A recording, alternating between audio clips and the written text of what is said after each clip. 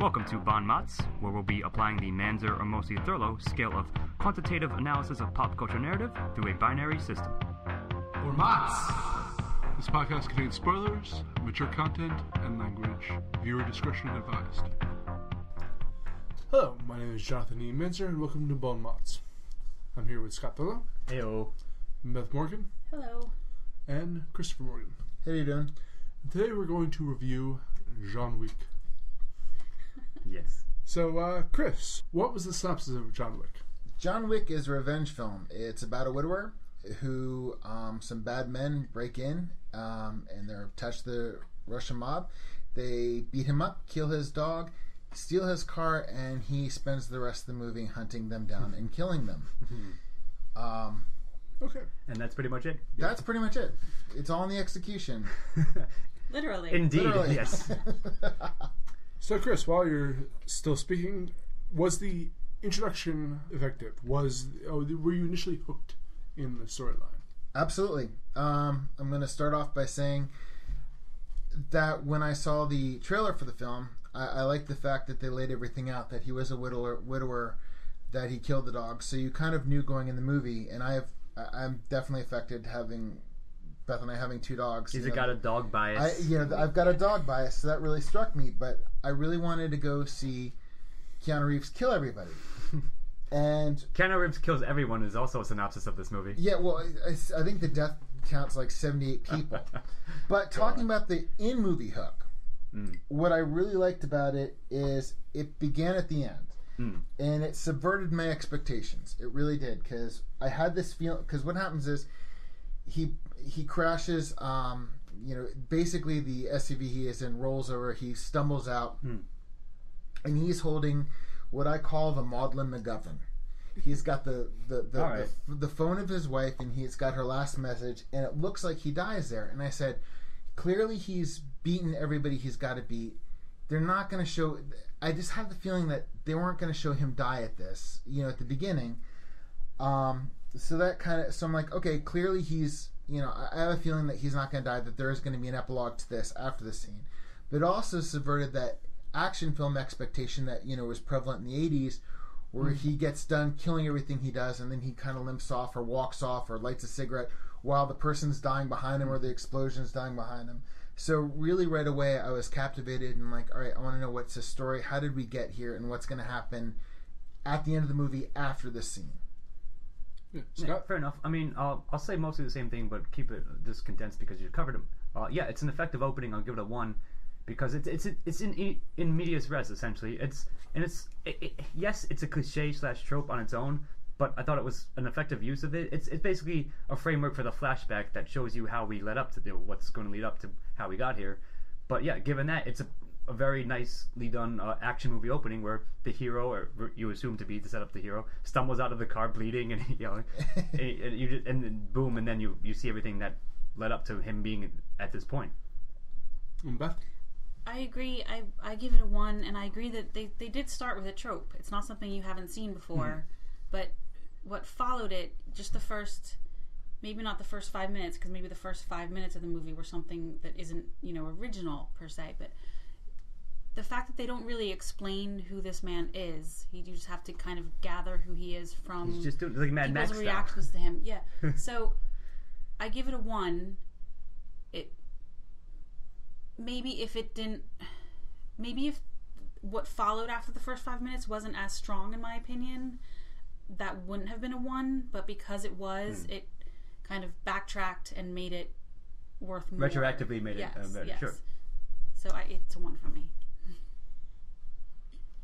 I'm shocked that you were so impressed by the opening because it was so cliched. Right, but I've seen it everywhere. Yes, you've seen it 1,000 times, but I think all I'm saying is they used it well, and you can tell me why they didn't. Okay. I don't think that I think it was nothing special about it. It was exactly what it was, a sufficient use of that trope, but it was still a use of that trope that I've seen used in 1,000 other action movies. Fair enough. Now, a slight context to my review. I watched John Wick after I saw Mad Max Fury Road, and then after saw Road Warrior for the first time. Yes. So I was watching movies, and we decided to watch another action movie afterwards. We picked John Wick. So this was kind of however much this movie might have been great prior to seeing that, or in context of seeing those other films first, it kind of diminished the effects that John Wick might have had. Yeah, but you got to view it by the narrative and not by your own personal I'm bias. trying to. So, one, they open up with a trope. They open up with a beaten to death trope. All right. Then, I'm kind of torn about this because, on one hand, it's a very slow burn that they follow up with. It's a very, very, very slow burn. Right. Mm-hmm. But it's effective in building his character, which you don't see in many movies. But I'm not a huge Keanu Reeves fan. I think he's a very wooden actor, and this suffices for most of this movie. But I don't buy his... It seems both... Not only is it very slow, but it's, in a sense, the major points are very rushed. That his wife dying, the getting the dog, and then the dog dying, which I think upon the dog dying is when the movie starts in... That's when it takes off. Yes. Yeah, agreed. Again, it took a very long time to get to this point, but it felt that all these emotional scenes were thrust and then dropped and then brought up and then dropped again. So I had to give this, if you haven't noticed by my talk, I had to give this a 0. I was... it just didn't grab me initially. So, Scott.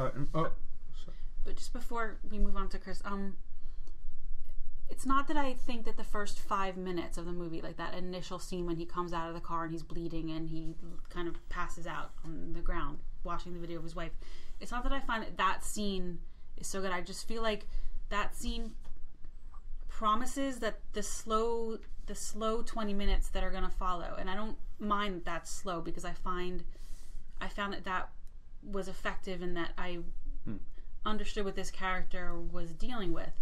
So I found that first 5 minutes made it so you could do the next 20 minutes slowly because it promised that it would kind of speed up. Enter it, yeah. Have you ever seen the movie Drive? Yes. Yes. That did an action scene and then a slow burn to the end.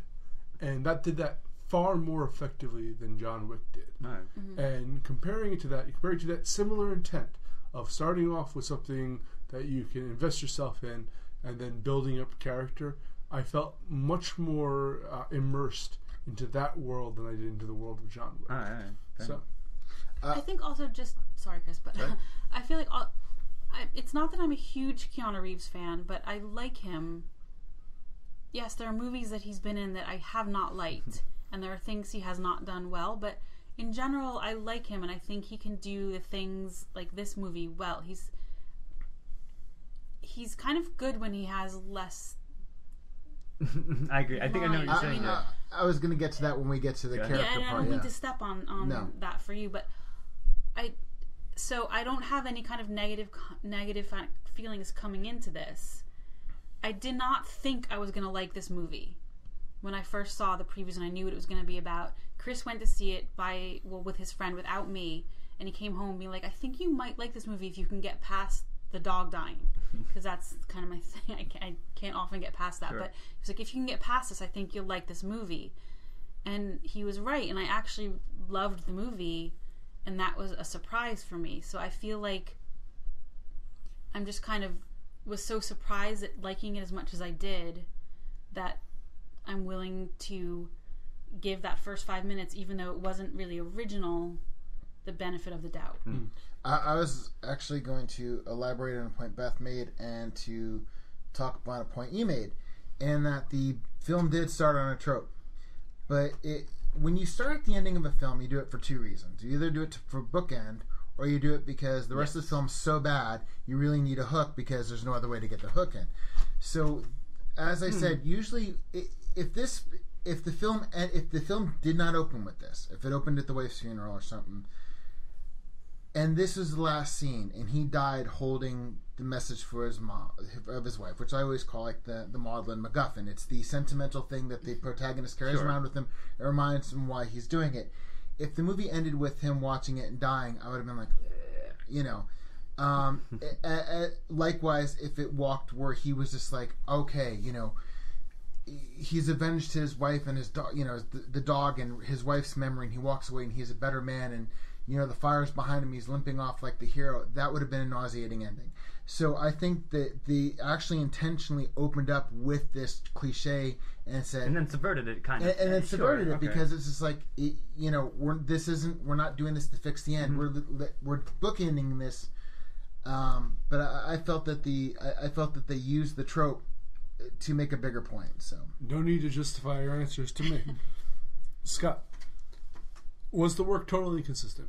I'm going to lean with a 1. Yes, it was. I mean, it was an action revenge movie, as Chris said, so that basically was the tone, and it was he was consistently enacting his revenge upon everybody, and nothing was jarring, nothing like jarringly switched tone to me at all. Like they knew they were making an action movie, and Keanu Reeves, yes, is the star of it, and he fit in there, I think, well enough, and we'll speak more about that later. But to answer the actual question, yeah, it was totally consistent, so I'll have to give it a 1 based on that. All right, Beth. I will also give it a 1. I felt it was totally consistent. I don't really have anything else to say about that one. It was totally consistent. Yeah. Go on. I can't say anything other. It was exactly what it was. Yeah. And again, it promised action movie, and it did have that slow burn at the beginning, but it built up from there and never really dropped off. Didn't switch tones, right? Yeah, okay. So once it got into the action, it kept in the action, and I have to give it a 1. Chris? I'm giving it a 1. It was, hey, just because you go to a restaurant and you have a burger, some people do burgers extremely well, and this is a very well done burger. I agree with that. In terms of temperature. I like that metaphor, my friend. Yeah, but nice. It's an excellent burger. Mm-hmm. So, Beth, was the work effective within its genre, addressing its themes, etc.? Well, I am also giving this a 1. It was effective in its genre, I guess, an action movie. You say revenge. I kind of thought it was an Archer Rampage movie. Okay. Without sort of the Archer absurdism. Very nice. I like that.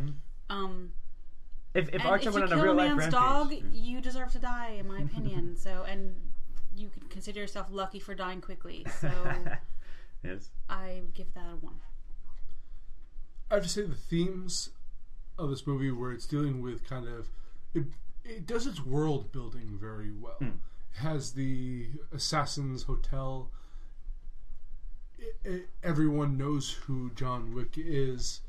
It deals with it builds its world very well, and it knows what it is, and it's almost, I guess, comic booky. Yes, I agree with that. Absolutely. So, was this a comic book? I do not think it was. Okay. But you're not but that was something I got the feeling that it was watching. You almost could think that based on what it was, yeah. And from the very fact of asking that question, it accomplished what it wanted to do. I agree. With building this kind of this world up. So I have to give it a 1. It knows what it is. It has fun with what it's doing. So, yes. Chris? I'm going to give it a 1 as well. And exactly for the reasons you said. It builds its world extremely well. I think there's things about this movie I love so much that by his nightstand was his wife's bracelet. And after the dog dies, it was the dog collar.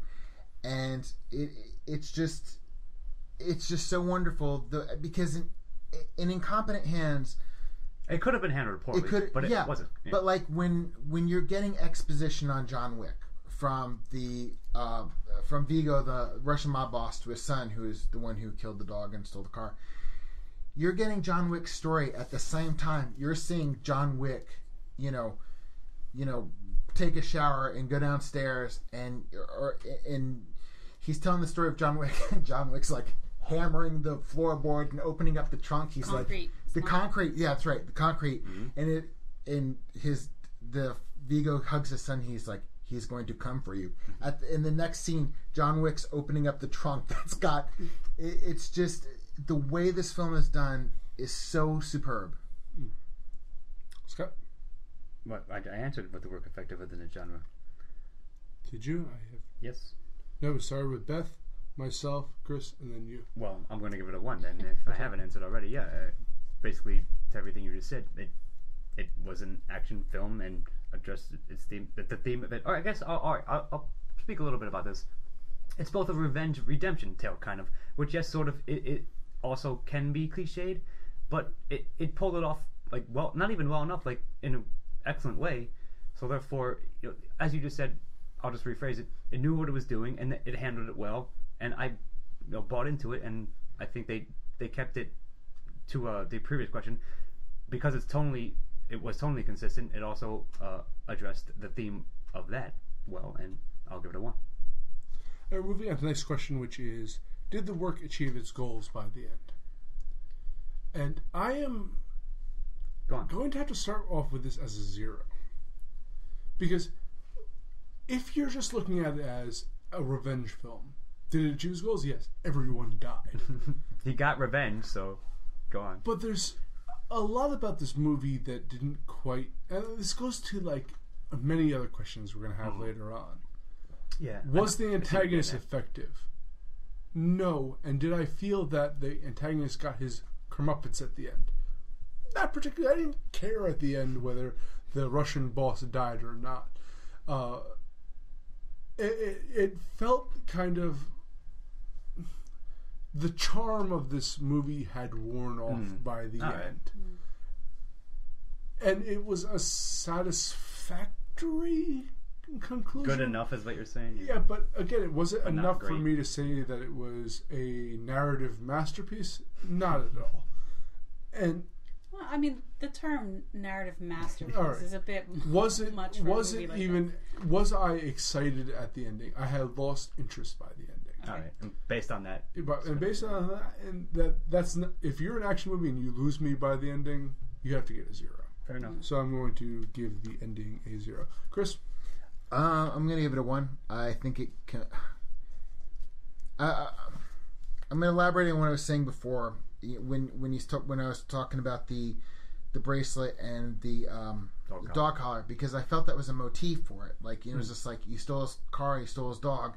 It's just like car, dog, and then it's like dog, and then it's like why was the dog so important? Because of the last thing he would love. I mean, it is a redemption tale. It was an extension of his life. So it was, even though he can never fully be. Hold on a second.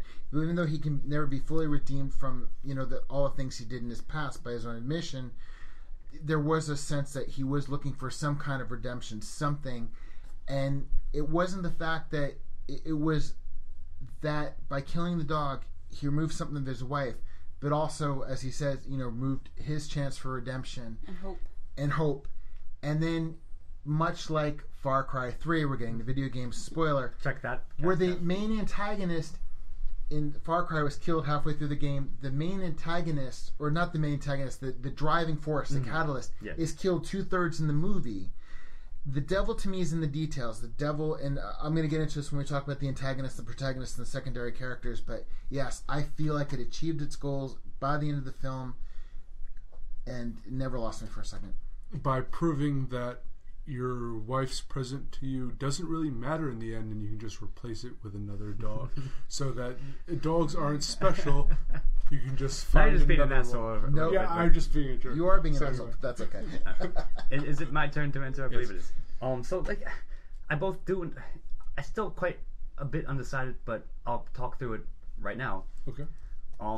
Yes, it's a facetious point, but I did feel it was a little jarring. As you said, the charm kind of wore off, maybe more for you than for me when viewing it. But I'm not sure if that's enough to make me lean to the 0 answer for this. It's just the dog that he replaced, like, it still represented, the last connection, his humanity, and so forth. So I think in that sense, it was somewhat gone again. So what you're saying is, by murdering everyone who ever spited you, you regained your humanity? Yes, exactly. He redeemed himself. His wife would want him to do that. Yes. It's sort of. I just wanted to clarify that point. But that's what I'm saying. I was wavering about it, but I think at the end, it's almost cliche into itself, where he walks off into the night, but with the new dog that he picked up. But again, like, he's come full circle, so I think for that, and given that, I'll have to give it a softer 1, but still 1. Beth? I think it did achieve its goal.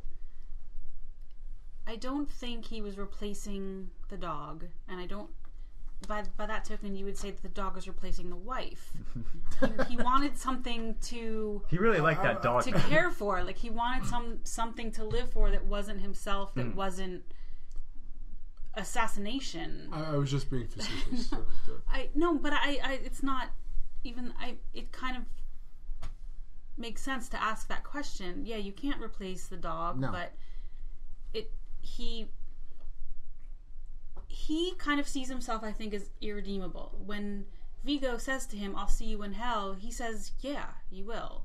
Of course you will. You first," or whatever. He says something like you that. first. Yeah. I don't think he even says that. I think he's Maybe just not. like, yeah. Maybe I just think that's a line they should have. No, he just says, "Yeah, you will. Like, we're going to be there. If there's a hell, you and I are going to be there. We're not going to be anywhere else."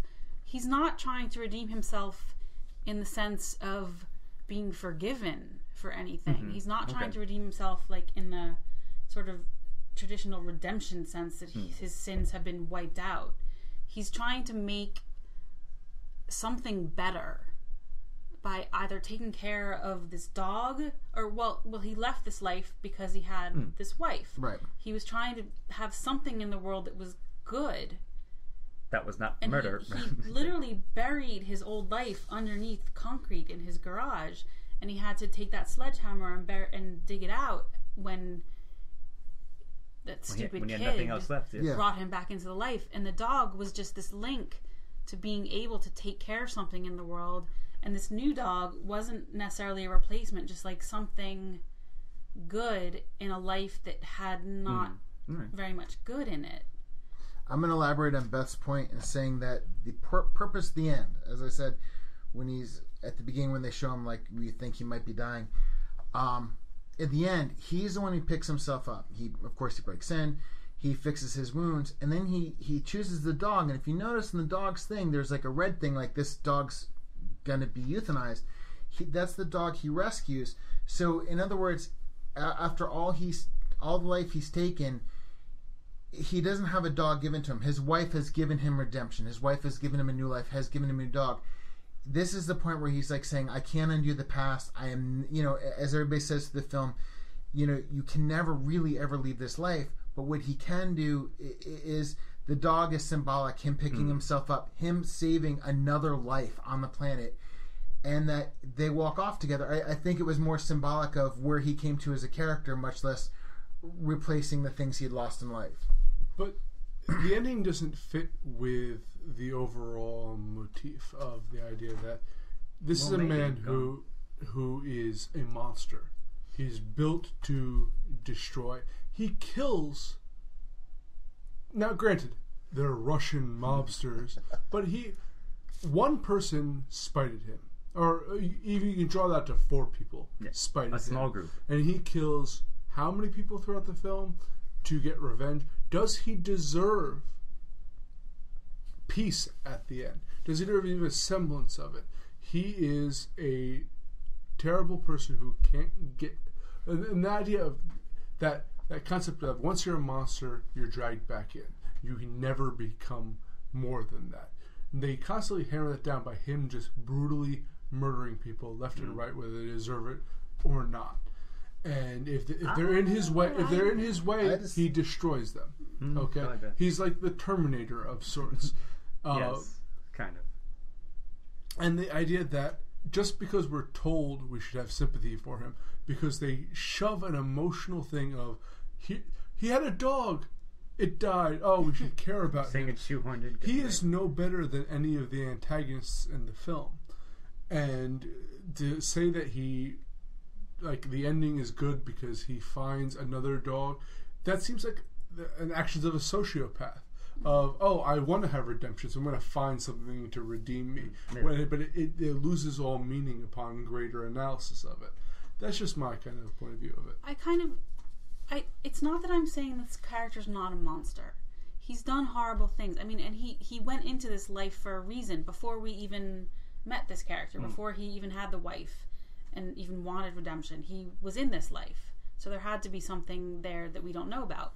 That's besides the point. But when he has the choice in this movie of letting someone go or killing them, if the person is not directly involved with what he sees as his kind of enemy, his the battle that he's fighting. Like, he lets that bouncer go.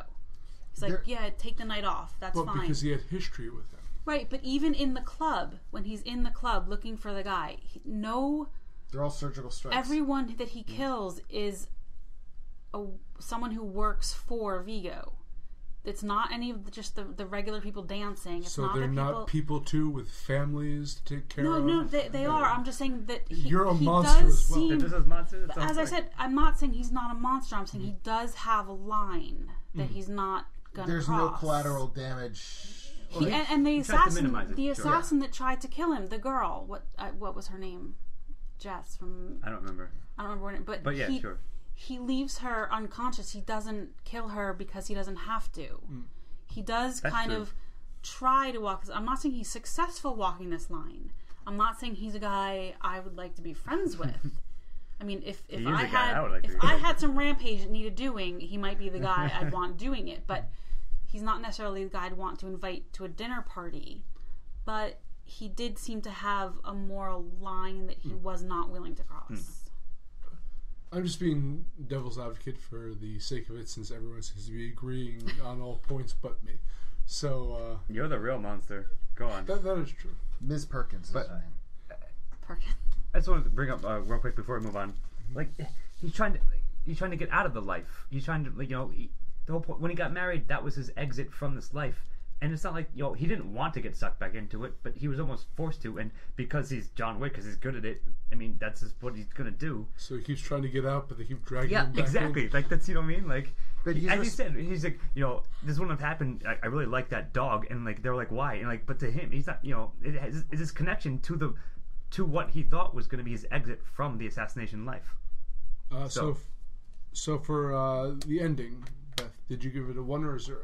Oh, I would give it a 1. Okay. Sorry. Go on. All right, so moving on to characters. Chris, was the antagonist effective, appropriate, or memorable? Yes, and yes. As I said before, I think the antagonist did what he did. He was like a catalyst for everything that followed. Are you seeing the antagonist as Vigo? Or Vigo's son? This is going to be one of those things where I'm going to take this is esoteric, but the Far Cry approach, where there is an antagonist who's a catalyst, and then there's the antagonist, which can be argued that John Wick, at the end he chooses to get out of the life by himself, or he tries to. His wife brought him out, but the thing was, he was dragged in by this guy's son. So basically, he had to remove the tumor, so to speak. And everybody around him that's on his side doesn't really help him, but they help him even though they're not supposed to, because Vigo is not playing by the rules. He ups Ms. Perkins the $4 million the bounty to break the laws of the Continental, which Beth and I were talking about last night, that Vigo would then have to shelter her for the rest of his life. So basically, he's the big bad that, like, nobody's going to go to war with him. They're just going to say, okay, Miss Perkins got away.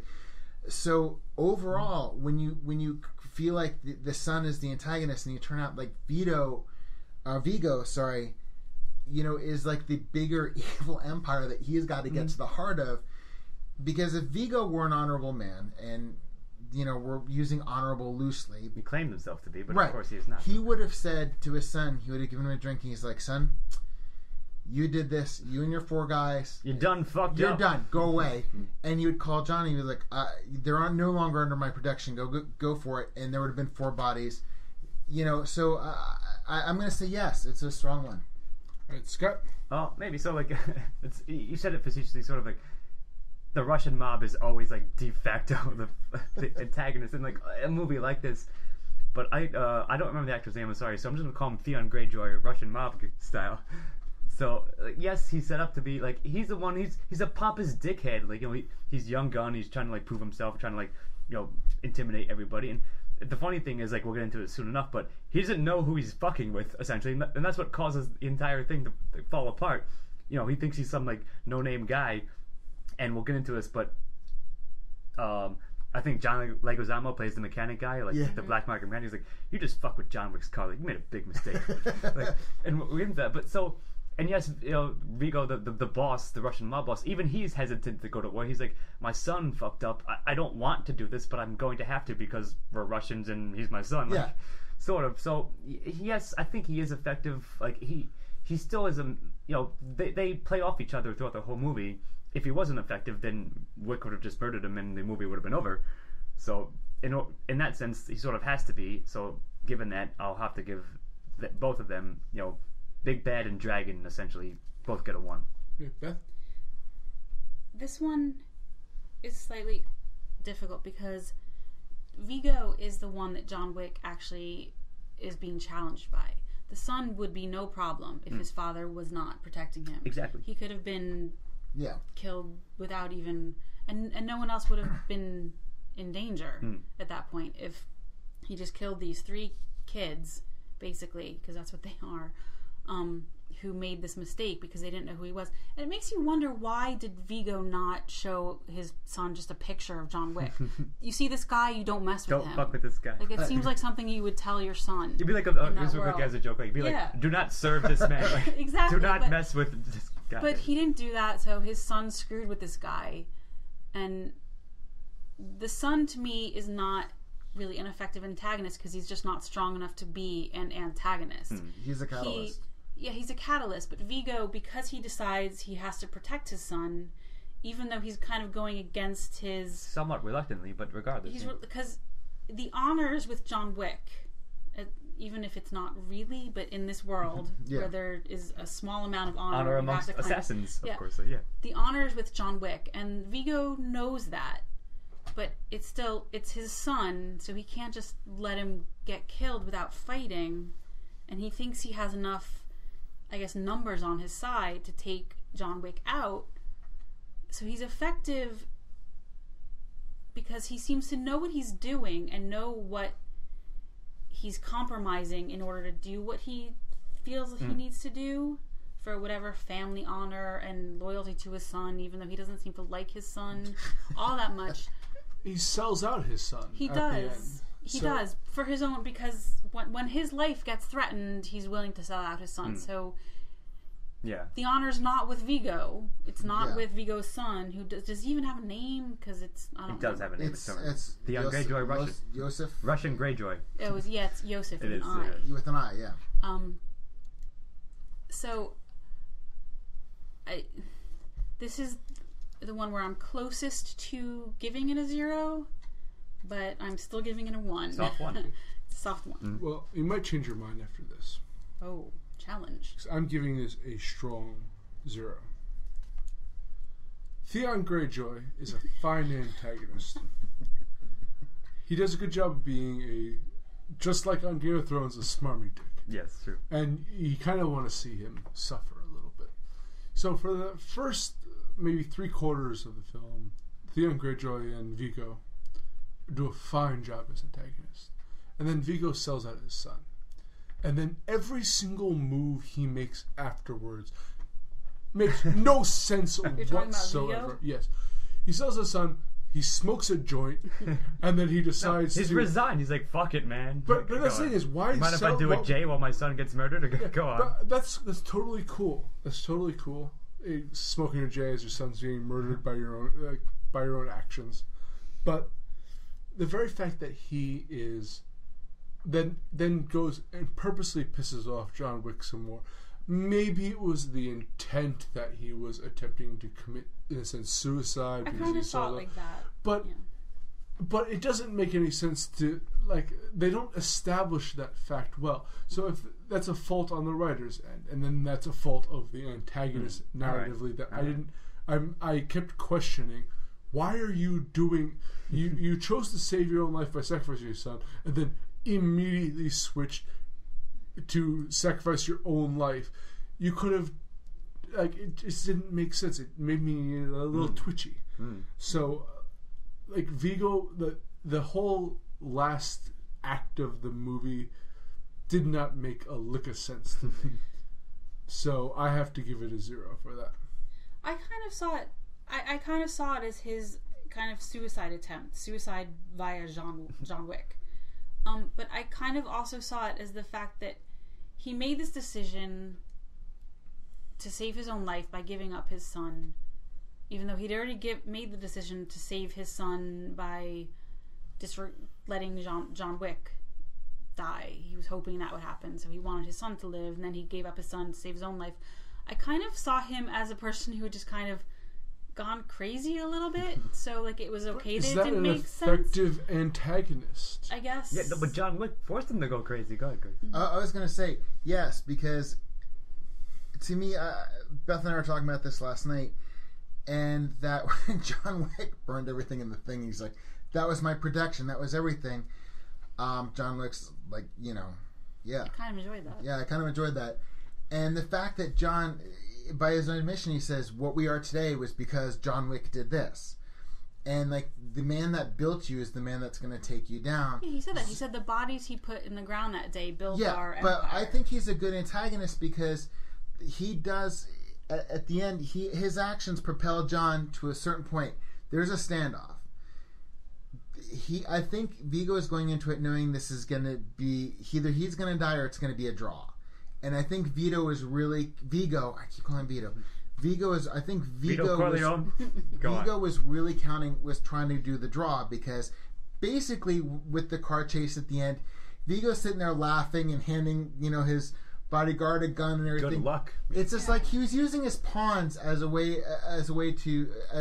means for attrition on John Wick to get to the fist fight. And the fist fight, I don't think at the end was a cop out. It was just a way to be like, we're both, he's beaten, and the only way I'm going to beat this guy is by getting him in a fist fight when he's already, like, wounded, and, like, try to pull a knife on him, because I think he was really hoping that, the best he could shoot for was a stalemate. You can put a paint job on a shitty construction there, but it's still a shitty construction. Yes, I can read in depth into all of his motives, but in the end, it just seems poorly written to me. And if they had intended all this, they didn't clarify it enough for me to understand what they wanted to do with the antagonist. Yeah. To me, it just seemed that he was flipping a coin over how I'm going to react to John Wick next.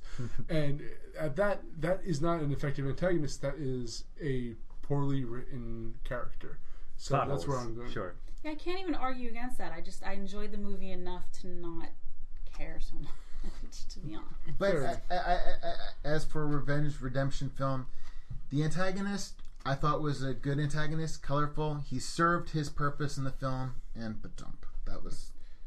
Well, I'm holding people to a higher standard. So Scott, I also liked him for the first 3 quarters. I was totally with him. Before I started flipping a coin to decide. He's a great. I love.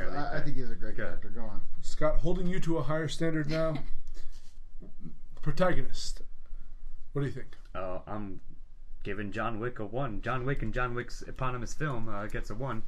Yeah, he was effective. Like, that's the whole point, sort of. Like, he's the most badass assassin ever, apparently, in this world, and everyone knows it. And that's why, like, he goes. I'm creating a new term here. It's gonna be revention. Is the revention? Nice. As the name implies. And yeah, he was perfect. He served his role well because that's who he is. So I don't have much more to say. Mark me as a 1. Beth?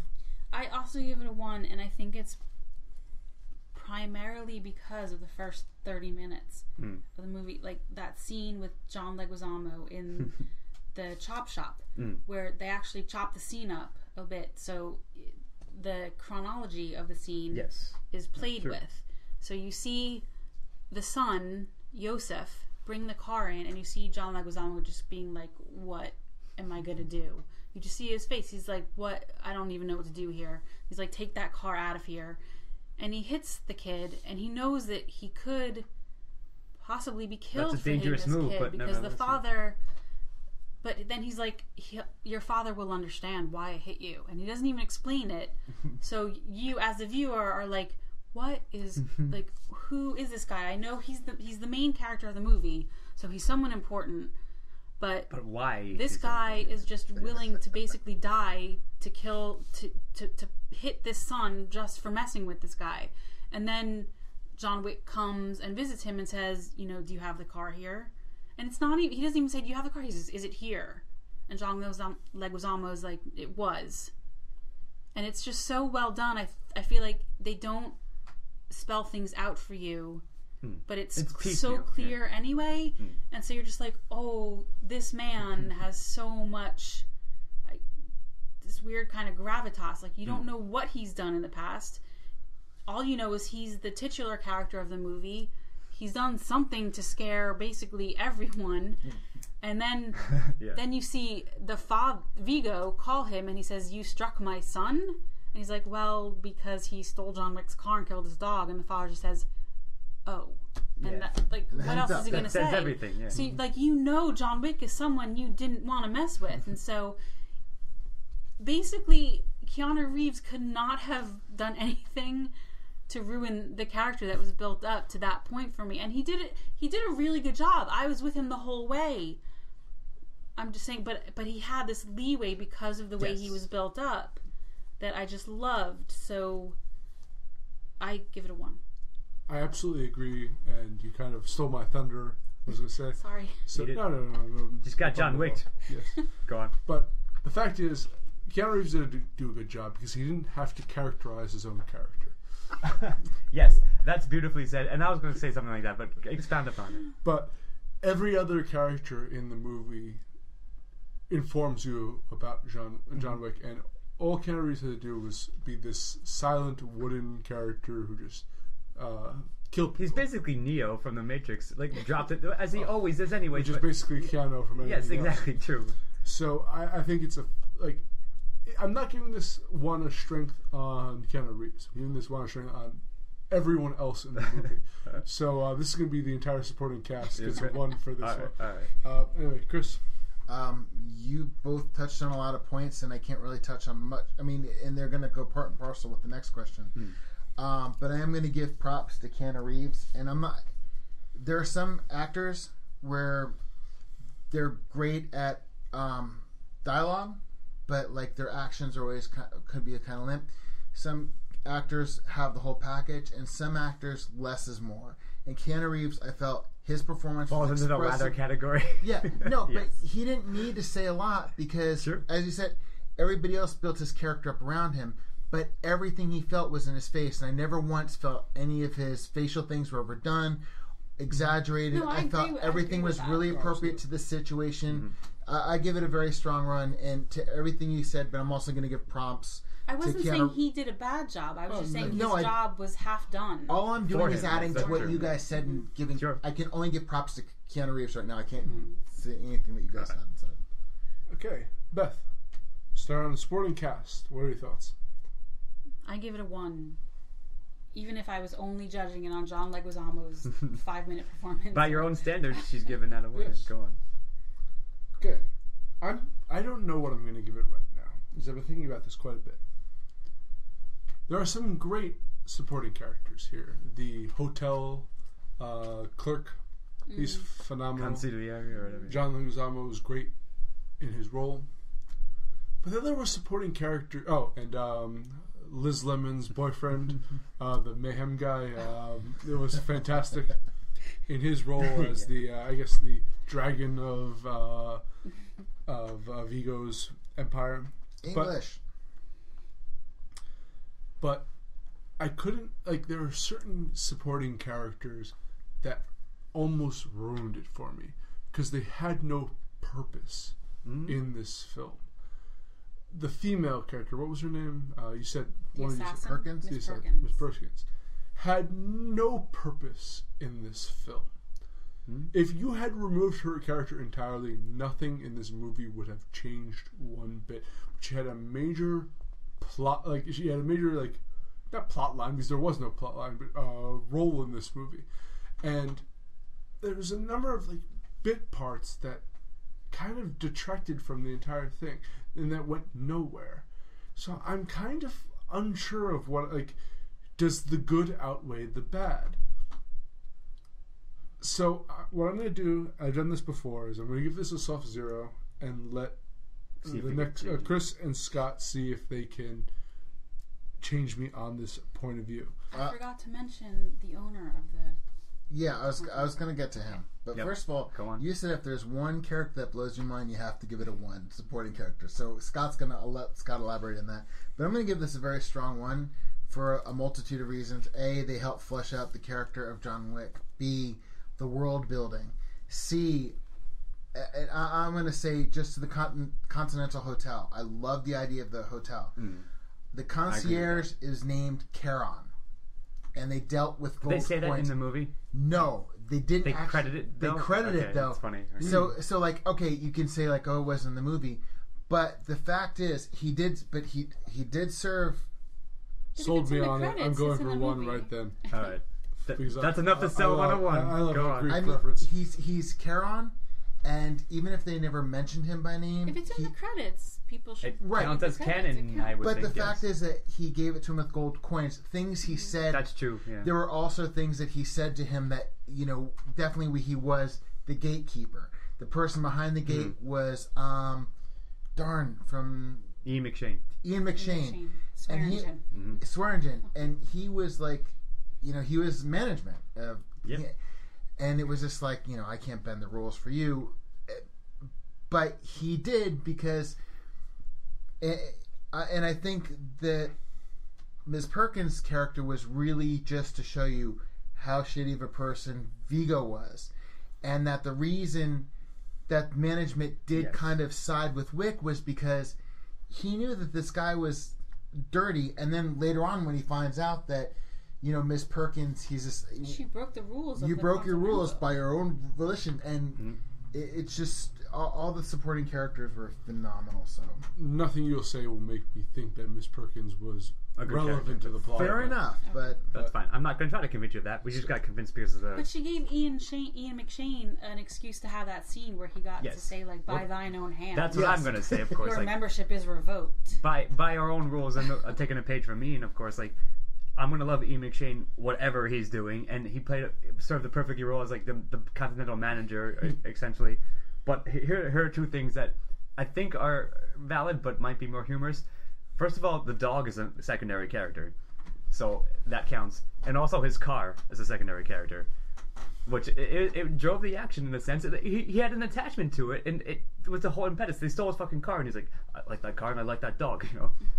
And to your point, like, just real quickly, here's another one.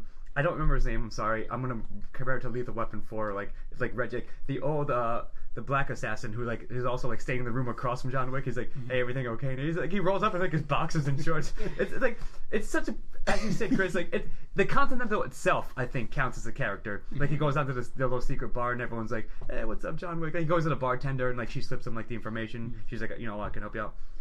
And you know, given all that, I'm giving it a 1. But there were some humorous things about it that made it, flesh it out, and it was well done. It was both humorous but serious enough at the same time.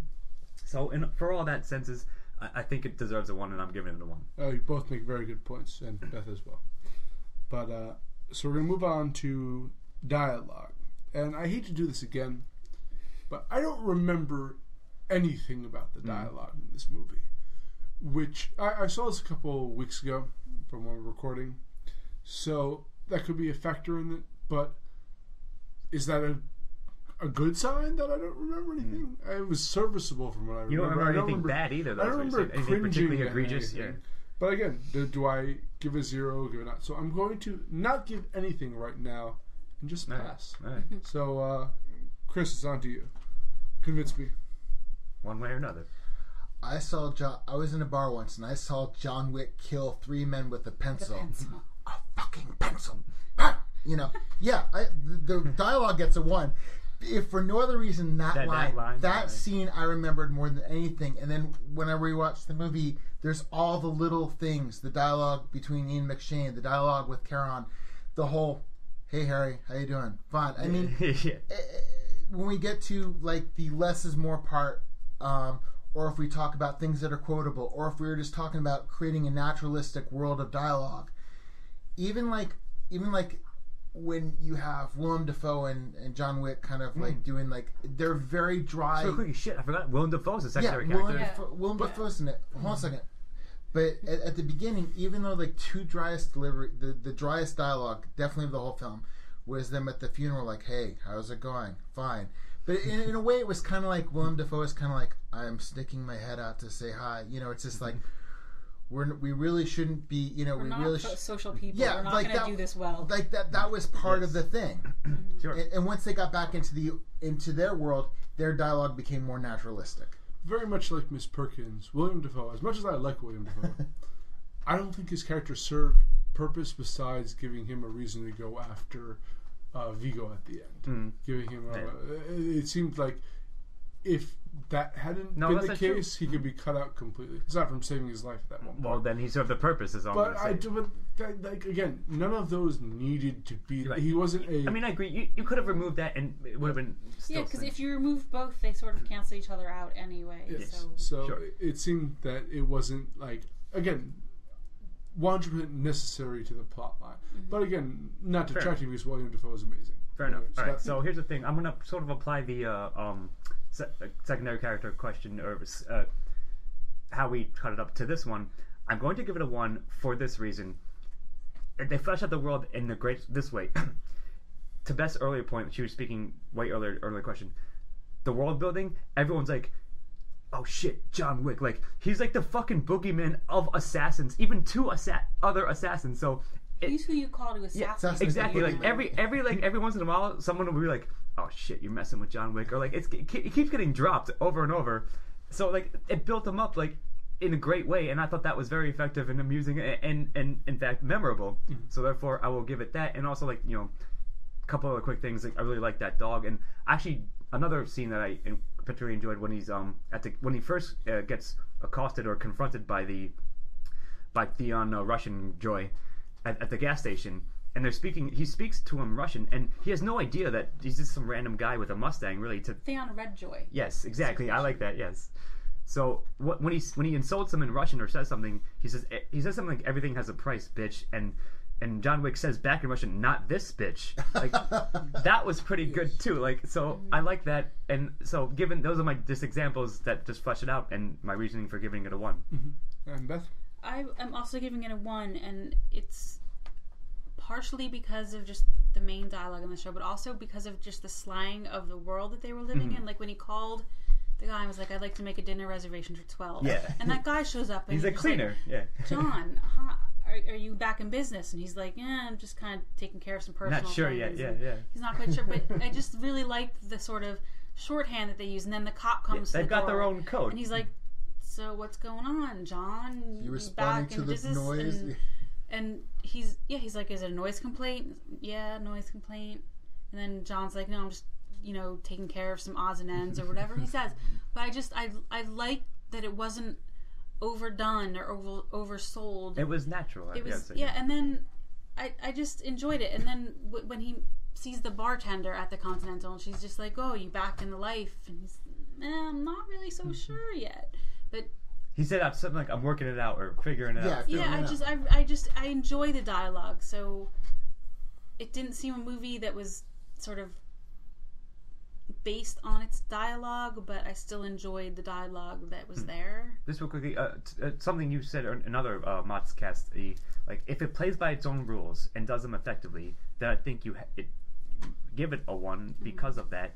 And I think this applies to this. The case applies. No, you're absolutely correct, all of you. And having heard you guys speak on behalf of John Wick, I remember it much more clearly now, and it did really work within its own rules. And I would say, the fact that they really discuss who John Wick is and have built this world so well, I have to give it a 1. All right. But I can't add anything onto that. So, Chris. Immersion. Yes, immersion. Was your immersion ever broken during the movie? Not for 1 minute, because this movie again deals in layers. I felt that I'm not going to debate you on Willem Dafoe or Miss Perkins, but I felt that everything succeeded in fleshing out John Wick, and that here was a living ghost story. He's telling his son, when he's telling about John Wick, a ghost story. I like he's just that. like, he's the boogeyman. No, he's the one you call when you kill want to kill the boogeyman. Yeah. Sure. That's a good piece of dialogue. Yeah, it's a great piece of dialogue, but it also serves the fact that John Wick, by nature, by reputation, doesn't have to say anything. That it was a complete world, right, and everything gave us a message, from the concierge to the car to all the little things break the fact that they broke up the chop shop machine, that they, the fact as to great scene when he walks into the club. There's music playing that doesn't match what the band's playing. Yeah, that's really good. It's in the Continental. It's in the Continental. Like, he goes downstairs to the Continental, and he's about to enter a world, as Ian McShane says, if you dip so much as a pinky in here, you're back in. And you see the band playing, and you can tell it's not the music that the band is playing. And there's a music going on, and you feel like you're in John's head, and it's like you're separated from it. That's fair. It creates a dissonance, yeah, you're right. Yeah, but when he realizes he has to go talk to people, that music fades, and what the band's playing goes on. So there's so many textures and so many layers that every time you notice something different, it's part of a bigger something. No, my immersion was never broken in this film. Scott? Now, having said all that, like, even though I agree with some of your points, again, by your own scale of measurement, if something breaks my immersion, I'm going to have to give it a 0, and I'm giving a 0, and I will tell you exactly which scene, and probably Ian will expound upon this. So, this is something I haven't quite brought up yet, but touch upon. I love the way the action was shot in this movie. John Wick is scoring headshots left and right, and the choreography of the fights and the gunplay was fucking phenomenal. They called it gun fu. Yes. So, that's the thing from Equilibrium or whatever it was, but regardless, it was great the whole time. Like, it was really badass, and, like, you don't often see that. Like, it sort of highlighted his professional nature. He's headshotting everybody. However, when he's trying to track down Theon Redjoy in the bass of the club, and they have like a big it's like a chase scene, like he's running away, and Wick misses him. Like, he shoots like a bunch of windows or glass panes out or something. Like, yes. I was like, there's no way he would miss. He should be one shot dead based on everything else they set him up and showed me leading up to this film. But the glass panes were between them. They didn't play by their own rules. Yeah, though. exactly. They broke their own rules just to create like sort of artificial tension and have a chase scene, and to make it last longer. And it brought me out of it because it made me it broke my suspension of disbelief, because if he's so good at it, and they just showed me he was so awesome at it the entire time, there's no way he would miss there. So therefore, I have to give this one a 0, just based purely on that. Beth? I give it a 1. I kind of see the point. They kind of dragged out that he should have been able to catch this guy. It was an artifact of being a movie. But I also sort of saw it as like he was kind of out of practice a little bit. Like, he was just a slightly bit rusty. Not when he was making 10,000 other headshots. No, you're totally right. But I'm still, it didn't bother me, so I can't give it a 0. So I'm giving it a 1. I've already brought this up. When I start questioning the actions of a character, regardless of, like, if the character was meant to make bad decisions, then okay, but yeah. But if a character for 3/4 of a movie is making logical decisions based on the facts that are presented, and all of a sudden starts making irrational decisions, I start going, why did he do that? Yeah, and why did he make this immersion breaking? And when I start thinking, then the movie has failed its job. So I have to give it a 0 for that, and you're absolutely right about that. That didn't even come to my thought until you mentioned it. When we watched it, we would discuss it, but I think you forgot about it. Yeah, we both turned to each other and started talking about how that wouldn't happen. Yeah. That's absolutely 100% when you turn to the person next to you and have to comment. Like, I don't believe that at all. Yeah. Sure. So I have to give it a 0 as well. And now we're on to our final question. And Scott, this is on to you. Would you recommend John Wick? And I enjoyed it as well. Yes, I would. I'm giving it a 1. It was a very nice, for all the reasons we basically just laid out. It was a perfectly fine. In fact, perhaps Chris may say this, better than you expect action movie. On the surface, you should be like, oh, this is like bog standard, like, whatever, I've seen it a million times. And in a sense, you have, but it was pulled off well enough that it sort of elevates itself above all the other like mediocre action movie-ish or revenge tales, as I said, that you've seen before. So yes, I would recommend it, and I did enjoy it. Beth? I also enjoyed it, and I recommend it. And I often get bored in action movies. There are a few that I don't get bored in. This was one that I just didn't get bored in. I can't really put a finger on exactly why, but whatever they did, they did it well enough to maintain my interest and attention. Someone who's not usually interested in films, sort of this nature. Of this nature, yeah. Sure. I'm going to have to give this a 0 because I didn't. I enjoyed it, I guess. It was well worth one watch, I suppose. It's worth a rental. If you're an action movie fan, watch it. But if you want to like watch an action movie, I can recommend you 1,000 more before this one. Watch Mad Max Fury Road before this. Yes. Watch Transporter before this. Watch Heat before this. Watch Ronin before this. All right. So you get like there's so many more I would like so many more important films in the action genre before John Wick. And if Keanu Reeves, watch Speed. Watch The Matrix, motherfucker. Yes. Go on. I hear what you're saying. I have to give it a 0 because it's in the sense it's in the end. 5 years from now, I wouldn't be able to tell you the title of this film. Chris? Ronin with Robert De Niro. Yeah, I like that movie. We have to MOTS that sometime because I don't. Go on. But I'm giving this a very strong one, and because I felt that the movie wasn't padded, I felt it took itself seriously enough, but it did have some humor to it. It it was very colorful. It was over the top. But it was fun. It was believable. I don't ever think it. I think it knew what it was. I think it knew what it needed to say. It didn't pad it out, and I really enjoyed it. And I didn't think I went into this thing not thinking I would really. I thought I'd walk out and be like, "That was fun," and not remember a lot about it. But this was absolutely positively in my top 5 of 2014, and that is as big a surprise as me saying that, as was if you told me in January that right now Mad Max Fury Road would be the... I can't imagine anything that could be released this year that could be better than that. I was just as surprised by John Wick. Fair enough. I want to placate my own ego for a quick second and discuss something directly with Ian. To throw something back in your face, sort of, to your own scale and words... The question is whether or not you recommend... If someone said to you, hey, should I watch John Wick? The question isn't, should I watch other films versus, should I watch this film? You know what I mean? Like, I totally understand what you just said to answer that question, but I think you're not quite applying it the way it Fair enough. You know what my answer to that is? Flip a coin whether or not to see it? All right, fair enough. I just wanted to confront you with that. So I feel that an does not deserve a does one not still? deserve a one. All right, fair enough. I just wanted to bring that, like, filter it through a different way, so that's all. It was all right. Like, so again, is it worth a watch? Go? I guess. You're right. We can fall into a rabbit hole, but I just wanted to get your thoughts on that. But overall, I mean, considering what I've given it on other thing, like points beforehand, sure. I have to give it a 0 on this because I don't think... Fair enough. I'll let it go. That's all. Yeah. Go ahead. So let's do the final score. Okay. So Beth and Chris both gave it 10s. It's like a family tradition. Scott gave it a 9. And the Old Man Manzer. Movies aren't like what they used to be. Give it a 5. So overall, the consensus is an 8.5. Which I think is... I think it's a fair score for 4 different... Yeah. Sure. So, if you like action films, you've probably seen it already. If not, give it a watch.